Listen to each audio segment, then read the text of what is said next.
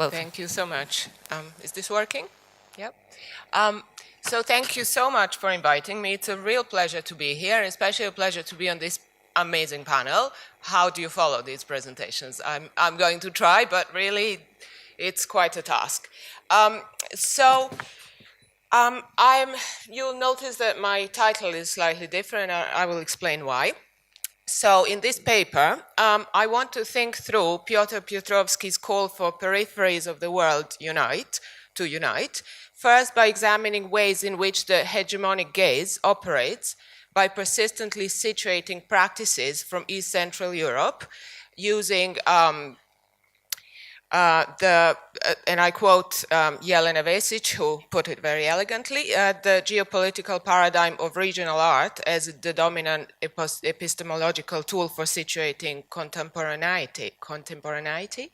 And then I want to ask whether some decolonial concepts, in particular the notion of delinking from the colonial matrix of power, of which we've already heard quite a lot about, might be useful as methods for freeing us from the center-periphery paradigm, not so much by proposing new ways to think about specific geographies, but through reconceptualizing what research can mean in our process. As was already mentioned, the center-periphery paradigm that we keep, it was mentioned earlier yesterday in the discussion, we keep dismissing yet returning to, and I believe it's still in operation as a prop or scaffold, only to be rejected in favor of a much more complex and dynamic vision or version of cultural flows. If nothing else, because the former center is no longer possible to physically locate, as it increasingly follows the flow of capital, not physical places. So before I launch into the text, I just wanted to clarify that when I use the term hegemonic gaze, I'm not referring to the Western gaze, but a shifting constellation of power, which has for some time been removed from the West-East binary and is not geographical, but attached to capital. So for me, the hegemonic gaze may sometimes be physically located in the West, but more likely than not, its power is attached to resources which are global, not Western. So, as an example, if we just think of the recent hasty renaming of Tate's new building, from it being called the Switch House when it initially opened, to very hastily being renamed the Blavatnik building, following a major donation from the Russian-born billionaire Len Blavatnik. So with globalized circulation of art and power, the hegemony is a lot more mobile and difficult to pin down. And yes, it is often located in London, New York, LA, but it is equally in Sharjah, Moscow, Shanghai, Hong Kong, etc. So the broader context of what I'm presenting today is actually based on 3 case studies or chapters with which I aim to examine the mechanics and processes of framing contemporary narratives of work from East Central Europe. And in my case, I mostly work on the former Yugoslavia, but sometimes contextualizing broader. And I do this by turning to decolonial thinking in the hope that it can provide the tools to imagine different forms of knowledge production. The working title, which I have to explain a little bit with this slightly vampiric reference on sucking on communism, points to the way that tropes of the East-West binary are reinforced and reproduced in the circulation of contemporary art as a constant reminder and simplification. The equating of socialism with communism and the insistence on terms like dictatorship and totalitarianism. So a constant reminder that the region is working through failed political system. So this constant reiteration of the failure of communism. So today I will present the first part, which first point, which highlights the reproduction of the canon and the neo-colonial nature of the curatorial and research methodologies of Tate's exhibition, The World Goes Pop, which was held in 2005. The other two chapters, which complement what I'll be talking about today, focus on the mechanics of the way the totalitarian paradigm becomes reinforced through the simultaneous inclusion and othering of the work from the region of Central Eastern Europe. And for that, I used the exhibition I curated in 2016 called Monuments Should Not Be Trusted at Nottingham Contemporary. And lastly, the last part is an analysis of the bifurcated readings of the work from the region and what I call the supply and demand loop, the cycle in which, according to which the hegemonic gaze produces the work it desires to see in order to comfortably reinforce its narratives, and in the way that practice responds to this call by continuing to supply variants of such work. What I'm arguing here is the cycle in which production is already infected by the neo-colonial and hegemonic gaze before the gaze has even met it, through its participation in international art arena. And I do this through looking at the, examining a number of works using the paradigm of the long gaze. So this is a trio of essays that complements what I'm talking about today. And in this short presentation, I'll focus on the first part, The World Goes Pop, which had a remit of proposing new global readings of pop art. My perspective with regards to this show is one of being closely involved with it. I did my PhD on pop in the former Yugoslavia associated with this exhibition on a collaborative doctoral award between Tate and the Royal College of Art. I won't dwell on the content of the show so much, but I really want to focus on the disjunctions between what we call research and realities of exhibition making within what was meant to be seen as the same project. And with this, I hope to highlight the kind of the neo-colonial impetus of this exhibition. By focusing on a mega exhibition from the point of view of decolonial thinking, I aim to make visible the mechanics in which canonical narratives are revisited and reproduced, but to much more broadly put into question knowledge production and the very notion of how research functions in such contexts. In other words, to look at how coloniality is reproduced in the process of research. Decolonial scholars speak of the decolonial option as a lens or a conceptual framework as one option for analysis, and others would be the feminist option, the Marxist option. There's a number of kind of lenses that they speak of. So as one option for analysis and for building, and I quote Walter Mignolo here, for building and rebuilding the ways of life that modernity disavowed and destroyed. At the center of decolonial thinking is the notion of delinking from the colonial matrix of power. And I'm drawing here on the work of the Argentine semiotician Walter Mignolo, whose work around the notion of coloniality as opposed to colonialism, which is focused on the history of Western imperial colonial expansion that started with Christianity. So Mignolo's work is indebted to the work of the Peruvian sociologist Aníbal Quijano, who in 1989 first spoke of or introduced the term colonial matrix of power. And here I quote Mignolo, who in turn quotes Quijano.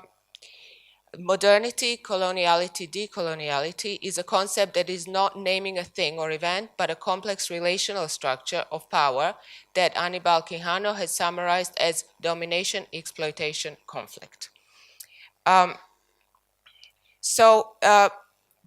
post and the the difference in post-colonialism and decolonial thinking belong to different genealogies of meanings, processes, and contexts, having in common an element of content, colonialism. So effectively, as we have already heard today, the colonization of time consists on the invention of antiquity, the Middle Ages, and placing the European Renaissance in the present of a linear history, which coloniality is seen as invisible and constitutive side of modernity. And in other words, the darker side of modernity. And this thinking encompasses the notion that territories, political and economic dominance that have been colonized but that also knowledge and all forms of experience and all forms of experience have equally been colonized and therefore need to be decolonized. In other words, changing not only the content, but the terms of the conversation too. So earlier we have touched on Piotrowski's writing in relation to post-colonial theory, and it is my understanding that he found post-colonial theory to be a difficult ally, mostly because he felt that post-colonialism viewed Europe as one homogeneous entity, critiquing its lack of engagement with the specificities and differences of this semi-other.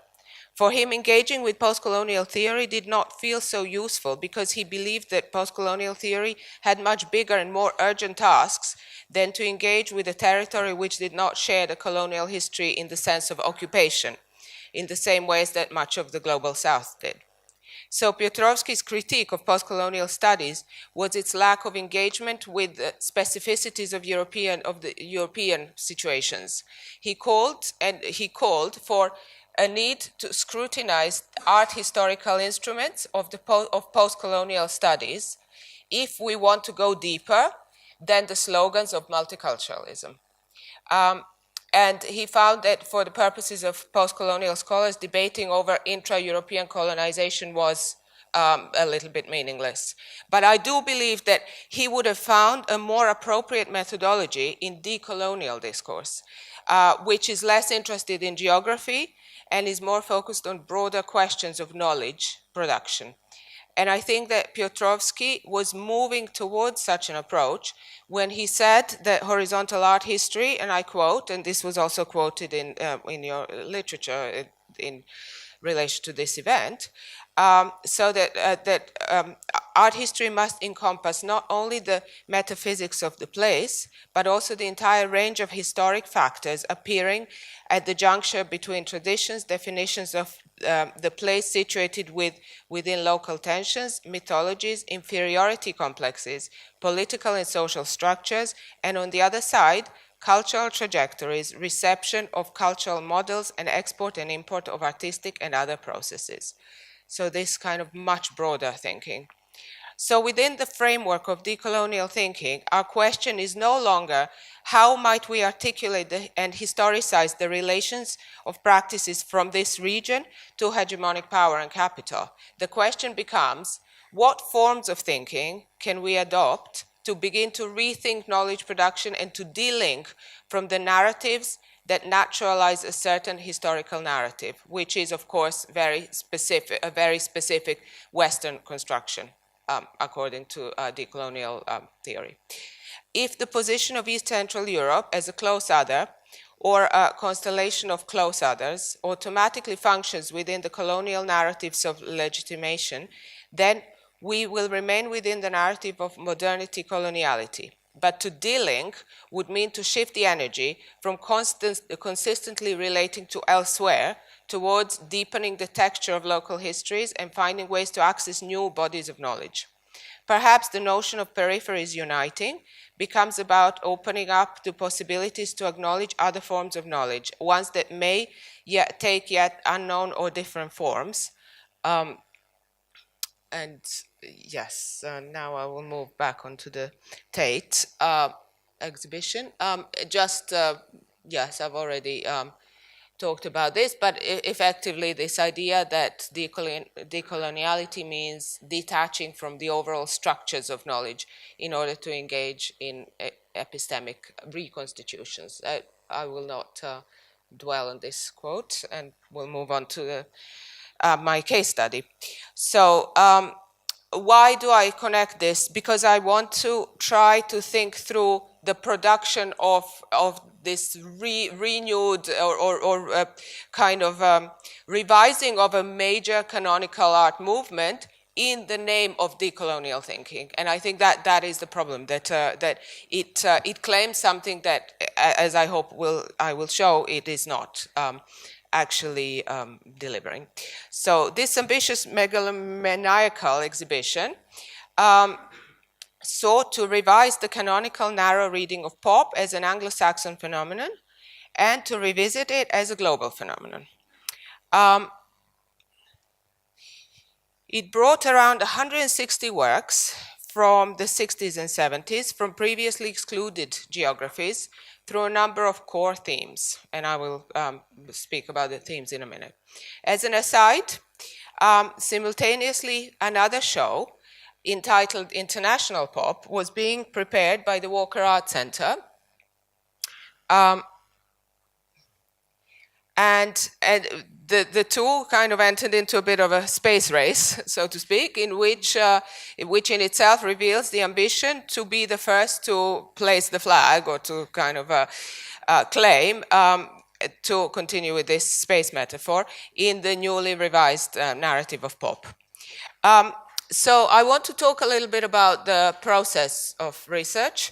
So the research involved the two Tate curators, Jessica Morgan and Flavia Frigeri, and an assistant curator, Elsa Cousteau, traveling across the globe for several years, researching local scenes. A somewhat megalomaniacal, but also ambitious, very ambitious task. The project also enabled two PhDs. My own, focused on the territory of the former Yugoslavia, and one by my colleague, Dr. Sofia Gotti, who wrote about pop in Latin America. The project also encompassed a two-day global pop symposium held a couple of years in advance of the show in Tate Modern in 2013. The curatorial process included the involvement of curatorial advisors with special remits, Calliope Minideaki, who works on women and pop, a feminist revision of pop, Reiko Tomi, who gave her focus is Japanese pop, David Crowley, working with Eastern Europe, and the two of us, the researchers, and we met for a day's workshop about, I think once or twice, discussing the curatorial process. This ambitious undertaking combined a substantial commitment to research, but I think what I'm trying to emphasize in this talk and question is how deep and detailed is the research process in such a project, and is Tate well positioned to author such a revision? Hungarian art historian David Feher pointedly asked in relation to such exhibitions, does a homogenizing umbrella term not eliminate the discrete otherness of various local contexts? And I will give you a very concrete example pertaining to the region that I was working on.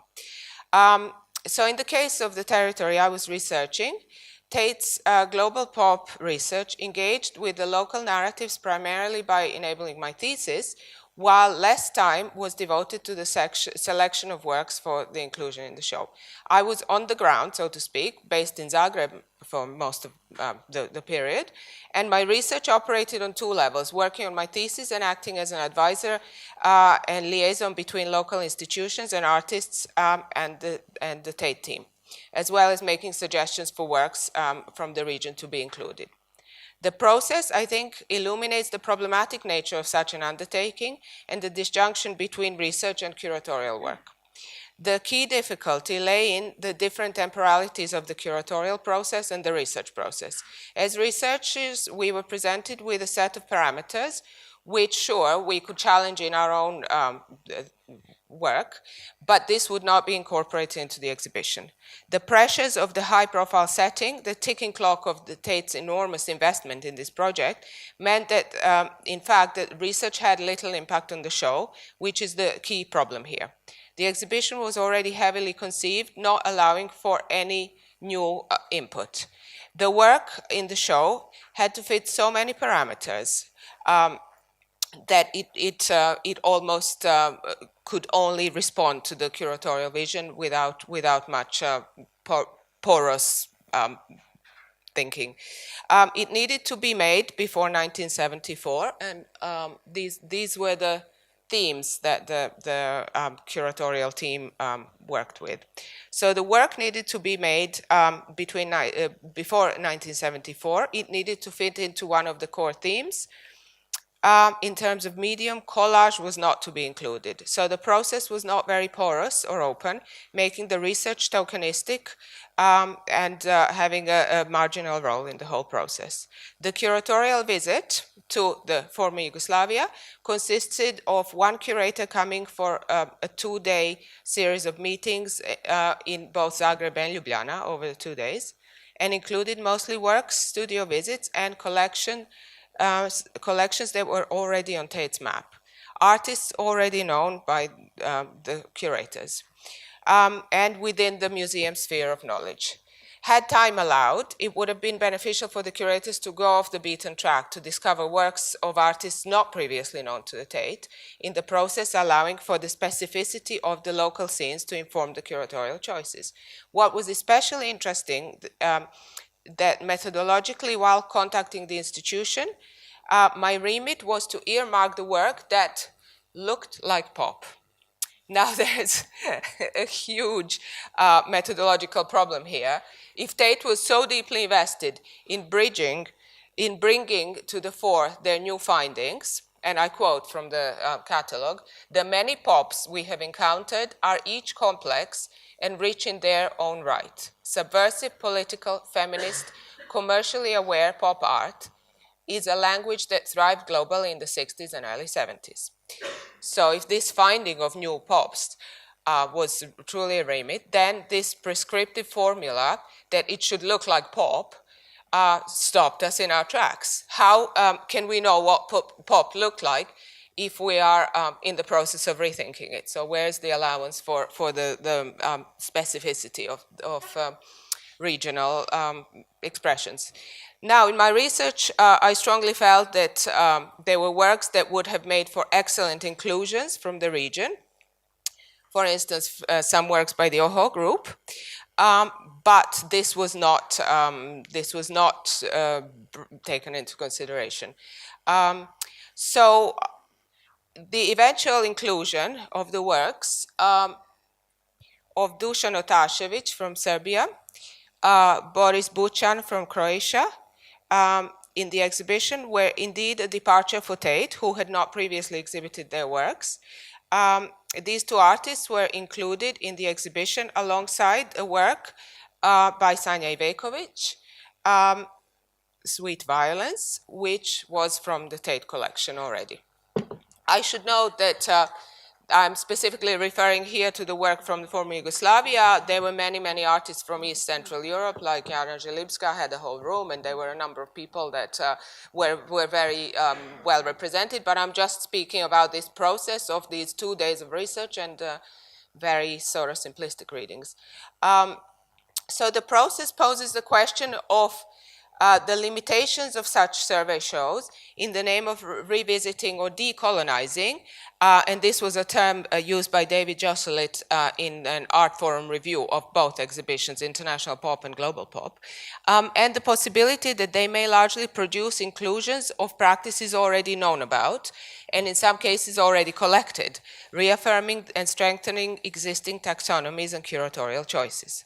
The renaming of the work Global Pop gives the included practices new currency, creating new narratives around existing work.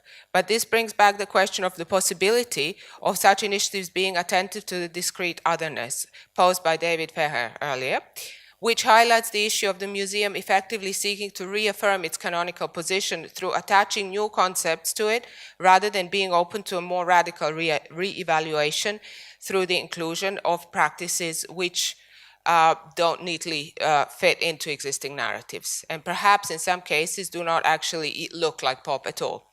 So what's at stake here is not the question of visibility or inclusion, but the quality and contexts of visibility. So by focusing on this show, what I wanted to do is to make visible the process behind what I see as a hegemonic institution's version of inclusivity and a global landscape, and the dangers in such projects appropriating the language of post-colonial or decolonial thinking. The instrumentalization of research in the name of such initiatives is even more deeply problematic in the process of legitimizing such initiatives.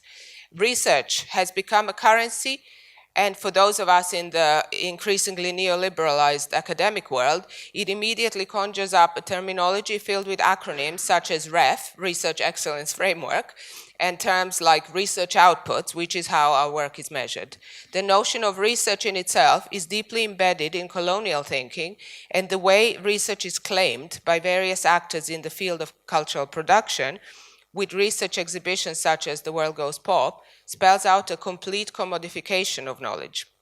To conclude, a more effective decolonial approach to such a project, if such a project must happen in the first place, which I put into question, would involve a shift away from thinking geographically in terms of peripheries and centers to an epistemological reworking and putting into question our investment in forms of knowledge we hold on to.